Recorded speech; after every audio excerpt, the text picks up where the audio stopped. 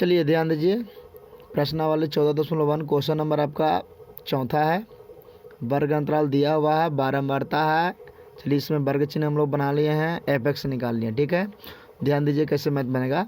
देखिए 65 से 68 दिया हुआ है, 68 से 71 दिया हुआ है, 71 से 74 दिया हुआ है और 74 से 77 है, 77 से आपको 80 है, 80 से आपको 83 है, 83 से आपको 86 है, ठीक है कि नहीं है। आपका एनसीईआरटी बुक से लिया गया है। क्वेश्चन नंबर आपका चौथा क्वेश्चन है, ठीक है। किसी अस्पताल में देखिए क्वेश्चन आपको दिख रहा है, वीडियो लंबा ना हो इसलिए क्वेश्चन को हम लोग पढ़ नहीं पा रहे हैं। क्वेश्चन को आप देखिए 65 से 68 है, 68 से 71 है, 71 से 74 है और 74 से 77 है, 77 से 80 है, 80 से 83 है, 83 से आपको 86 दिया गया है। देखिए यहाँ पे हल किया गया है, बनाया गया है।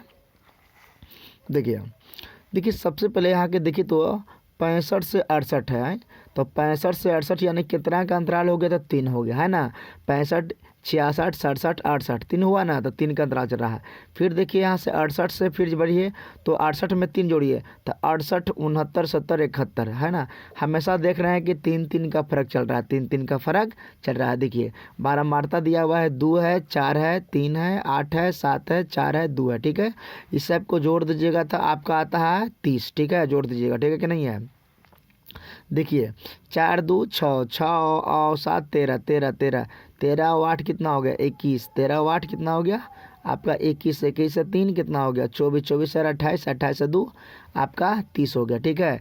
अब देखिए क्या करना है वर्ग चिन्ह निकालने के लिए कि वर्ग अंतराल को दोनों का जोड़ देना है, जोड़ने के बाद 2 से भागा देना है, ठीक है। तो ये दोनों का जोड़िए तो 8 5 13 हो गया, 13 के 3 हो गया, ठीक है। जैसे आपको दिया हुआ है यहाँ पे आपका है 68 दिया हुआ है और आपका 65, यहाँ पे आपको 65 दिया हुआ है, 68 दिया हुआ है। देखिए तो 8 5 13 के 3 हो गया, 6 दूनी 12 1 13 हो गया, यानी कि 13 133, 133 में आप 2 से भागा दीजिएगा, ठीक है नहीं है।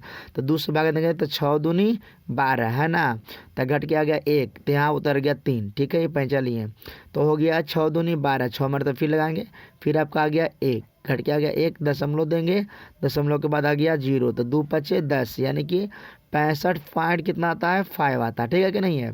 तो देखिए 65.5 लिख दिए है ना।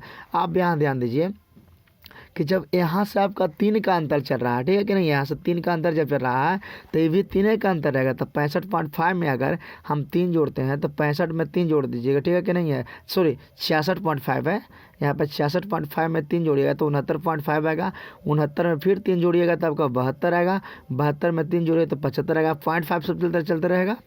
फिर देखिए 78 है, 81 है, 84 है, इसी तरह से आप ध्यान दीजिए। तो आप देखिए निकलने के बाद क्या होगा कि वर्ग अंतराल, ठीक है, सॉरी बारंबारता और वर्ग चिन्ह में दोनों से गुना करिएगा, ठीक है कि नहीं है।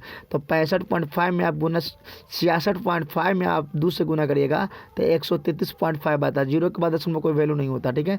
इसी प्रकार से दोनों का गुना करके यहाँ लिखा हुआ है। फिर 72.5 में आप 3 से गुना करिएगा, वो सामने लिखा हुआ है। फिर देखिए 75.5 में आप 8 से गुना करिएगा, आपका लिखा हुआ। इसी तरह से सब गुना करके आपका लिखा हुआ है। देखिए वीडियो लंबा ना हो इसलिए आप लोग को हम शॉर्ट में करके दिखा दिए हैं।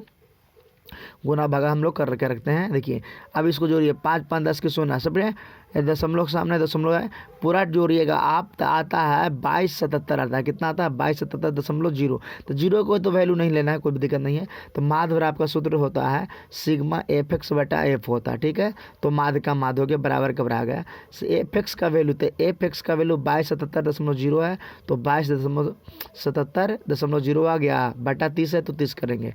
फिर है आपका माध्य, माध्य का माध्य छोड़ देंगे, ठीक है।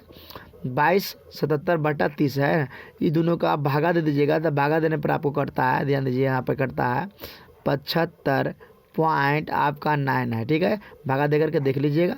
चलिए आपका आंसर आ गया 75.9 है, यानी कि आपका दिया हुआ है यहाँ, यानी कि माध्य बराबर 75.9 आ गया। सॉरी, चलिए ध्यान दीजिए, ठीक है।